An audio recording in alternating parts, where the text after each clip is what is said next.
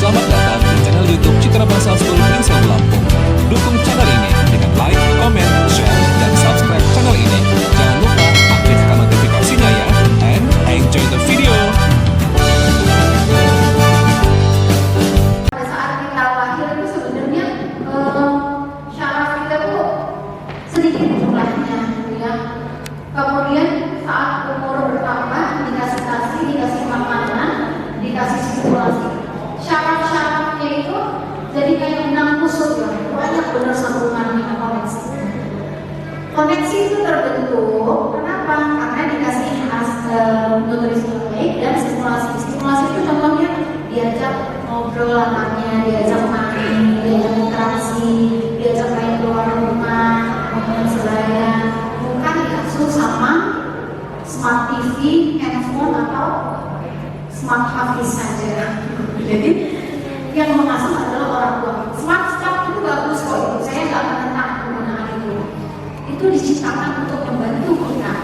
Kita hafal ya surat ini, gitu kan? Kayak smart hafiz. Tapi untuk anak usia berapa? Kalau bayi baru 3 bulan, didengerin smart TV, smart gadget, tanpa kita ajak ngobrol. Ini akhirnya syaraf-syarafnya sambungannya nggak tambah banyak. Kenapa? Karena aktif itu nggak meminta anak respon. Tuh, respon balik dari anak. Kita mengarahkan anak untuk misalnya cilu. Nah, kita kan cilu. Anaknya belum ngerti dong harus bayar. Masa iya anaknya bilang gitu kan nggak mungkin. Cilu. Anaknya cuma terus kita atau ayahnya di samping bilang, dia mau kamu cilu. Nanti ini belajar. Kalau ada kata cilu terus dia akan begini, dia bilang, proses belajar itu yang membuat akhirnya si syaraf ini berkembang kayak jalan tol, sambungannya itu banyak banget.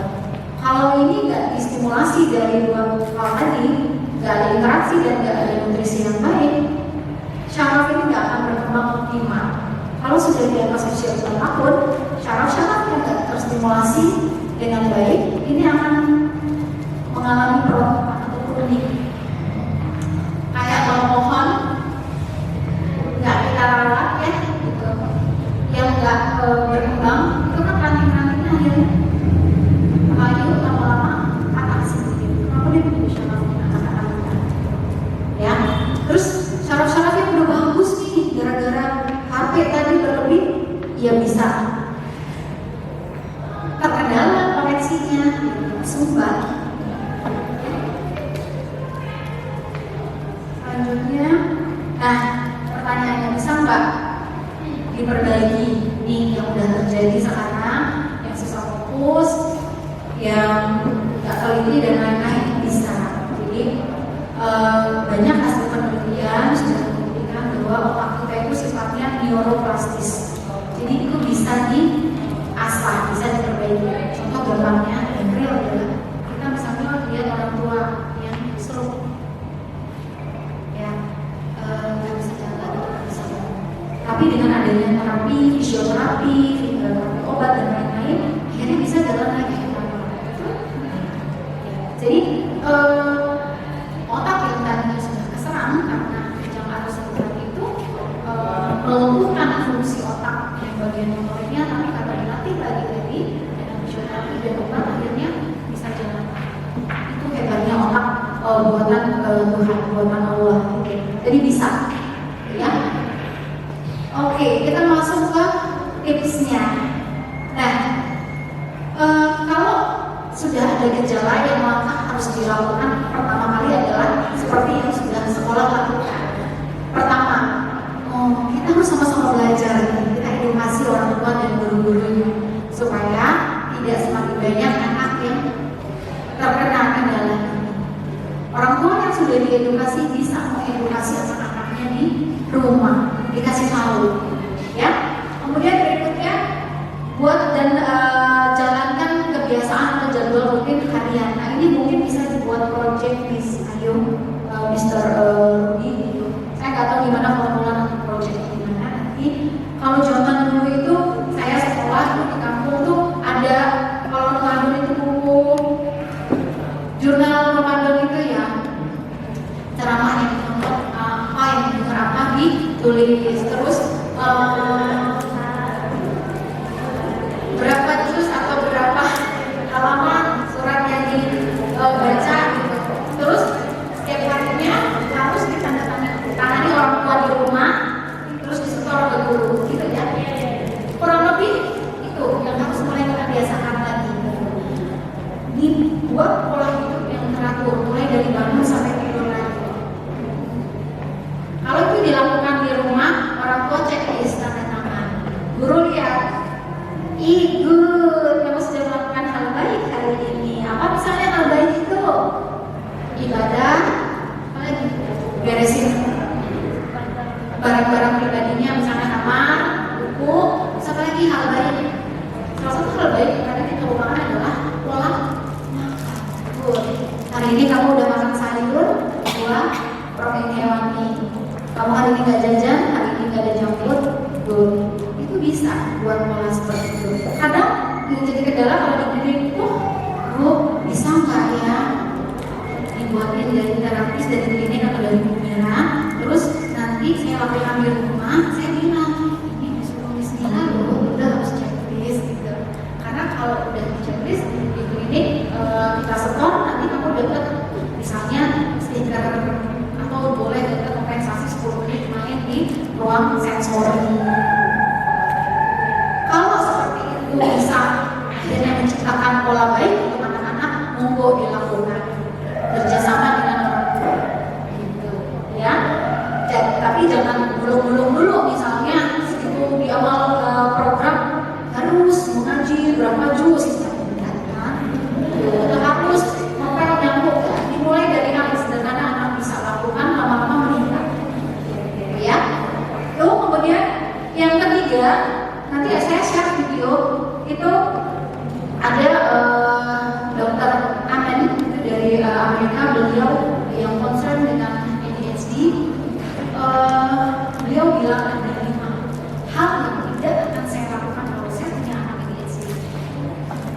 Yang pertama, saya nggak akan biarin dia diem doang atau di rumah aja. Saya akan kasih adalah dia olahraga, karena obat alaminya itu adalah olahraga. Tapi di sehari-harinya udah manjat kali, kan olahraga juga yang bisa. Beda kok ibu, yang namanya olahraga itu gerakan berulang terintegrasi dalam durasi waktu tertentu. Contoh aja paling simpel kan jalan ya, jalan itu ada integrasi gerakan tubuh atas dan bawah. Tangan kanan maju, kaki kiri yang maju, gitu terus itu terintegrasi. Dalam durasi 30 menit itu akan bantu si hipotalamus kita untuk produksi neurotransmitter atau hormon-hormon baik yang bikin kita bisa tenang dan bisa fokus, sehingga hormon itu jumlahnya seimbang. Itu yang kurang pada anak-anak sekarang.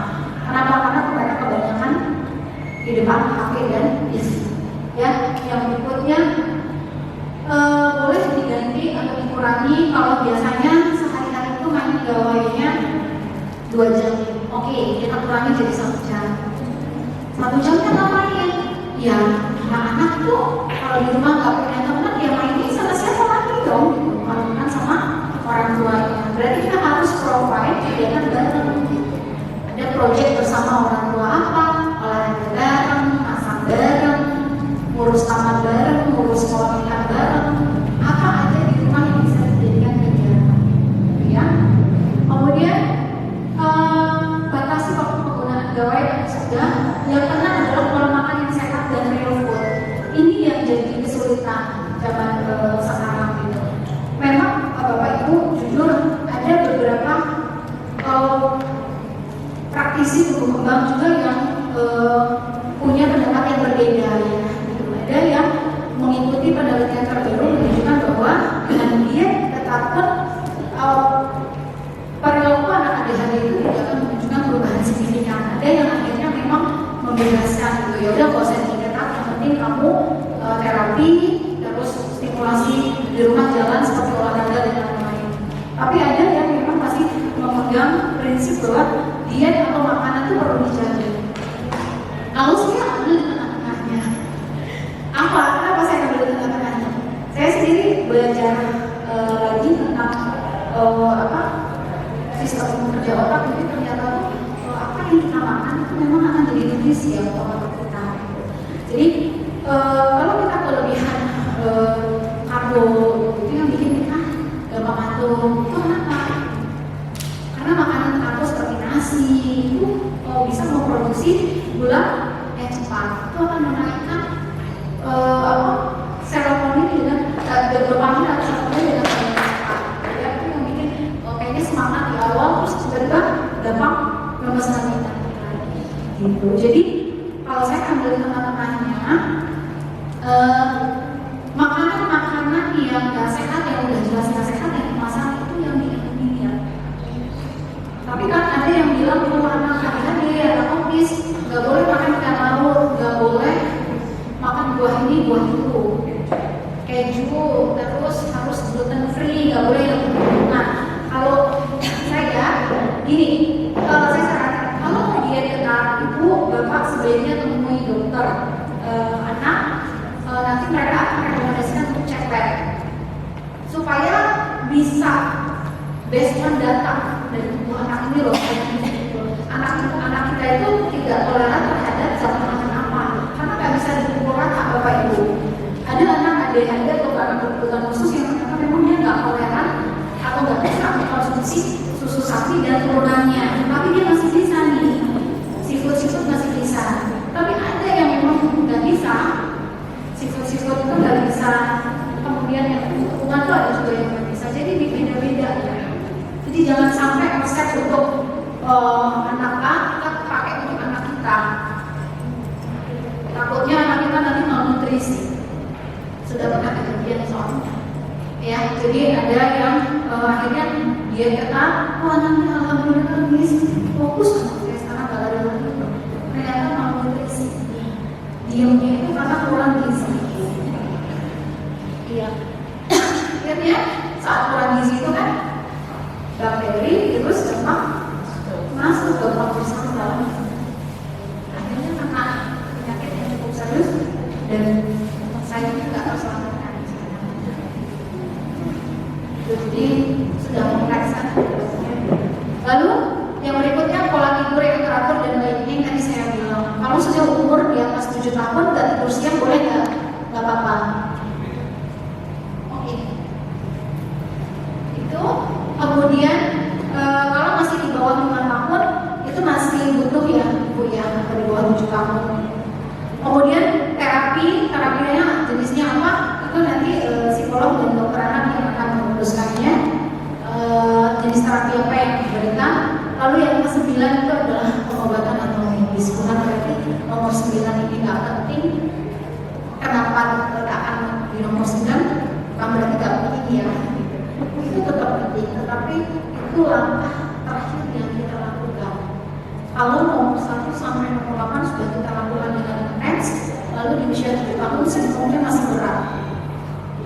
Atau sebelum usia 7 tahun memang sudah ada indikasi menyerang, melukai orang lain atau melukai diri sendiri, itu karena terpaksa di bawah usia 7 tahun kita kasih.